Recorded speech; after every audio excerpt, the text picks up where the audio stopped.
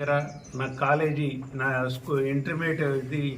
Intermediate ఏమో తెలుగుదేశంతో, college ఏమో దీంతో, నౌకరేమో కాంగ్రెస్లు చేస్తున్నా అన్నాడు. ఇటువంటి వ్యక్తిని కేవలం ముడుపుల కోసము రాహుల్ గాంధీ ఎంకరేజ్ చేయటం, ఆయన పెట్టుకోవడం అనేది దురదృష్టకరమని కాంగ్రెస్ వాళ్ళు భావిస్తున్నారు. భూ కబ్జాలకు సంబంధించి పొంగులేటి శ్రీనివాసరెడ్డి ఇవాళ కూడా పేపర్లో మీరు గమనించారు, అన్ని మీడియాలో వచ్చింది.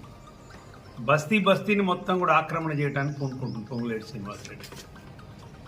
మొన్న శాసనసభలో కేటీఆర్ గారు, హరీష్ రావు గారు లేవనెత్తిన ప్రశ్నలకు జవాబు చెప్పలేక 17 ఎకరాల భూమి కొత్వాల్గూడలో, అది నిషేధిత ప్రాంతం, మైనింగ్కు నిషేధిత ప్రాంతం, క్రషర్లు పెట్టడానికి అక్కడ అనుమతి లేదు. 17 ఎకరాలలో అక్రమ క్రషర్ పెట్టి మైనింగ్ చేస్తూ ఉంటే అప్పటికి పొల్యూషన్ బోర్డు వాళ్ళు నోటీసులు ఇచ్చి 2 సార్లు విజిట్ చేసిన రిపోర్టులు మొత్తం ఉన్నాయని సబ్మిట్ చేస్తే ముఖ్యమంత్రి స్వయంగా ఒప్పుకున్నాడు. అక్రమం జరిగిన మాట వాస్తవమే, ఏదో 1 కోటి 2 కోట్ల పెనాల్టీ ఇస్తే ఆయన కట్టిండని కూడా ఏదో మాట్లాడింది. అంటే అక్రమమైన జరుగుతున్నా కూడా పొంగులేటి శ్రీనివాసరెడ్డిని ఎన్కేట్ రావడానికి గల కారణం ఏంది ముఖ్యమంత్రి అనేది కూడా ఒకటి ఆలోచన. ఏమడిగిందంటే బీఆర్ఎస్ సభ్యులు హౌస్ కమిటీ వేయమన్నారు.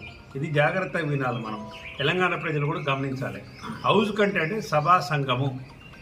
సభా సంఘంలో కాంగ్రెస్ బిల్లు అంటే అనేక మంది భార్యలను చేసుకోవడం తప్పని సెంట్రల్ గవర్నమెంట్ ఒక చట్టం ఉన్నప్పుడు కూడా ఇంకా శిక్ష పెంచాలి అని 7 సంవత్సరాలు దాన్ని 10 సంవత్సరాలు చేయాలని ఆయన బహుభారతం గురించి ఒక బిల్లు పెడితే ఎన్టీ రామారావు గారు స్వాగతించి అసెంబ్లీలో చర్చ పెట్టి ఒప్పుకున్నారు. అది బిల్లు చేసిండు. ప్రతిపక్షాలు పెట్టినప్పుడు మంచిదైనప్పుడు మీరు మర్చిపోయినప్పుడు మీ 6 గ్యారెంటీలకు చట్టబద్ధత కల్పిస్తామని మీరు చెప్పిన దాన్ని పెడితే ఎందుకు ఒప్పుకోరు? మీరు రాజశేఖర రెడ్డి గారు చాలా గొప్పవాడని మొన్న అసెంబ్లీలో కూడా చెప్పింది.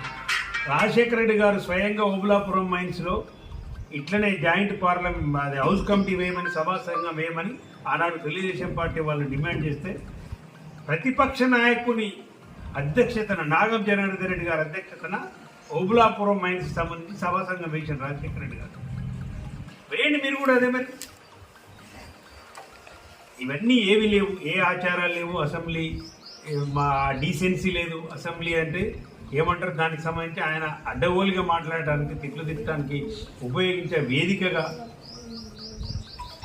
వైషమ్యాలు వెదజల్లే విధంగా,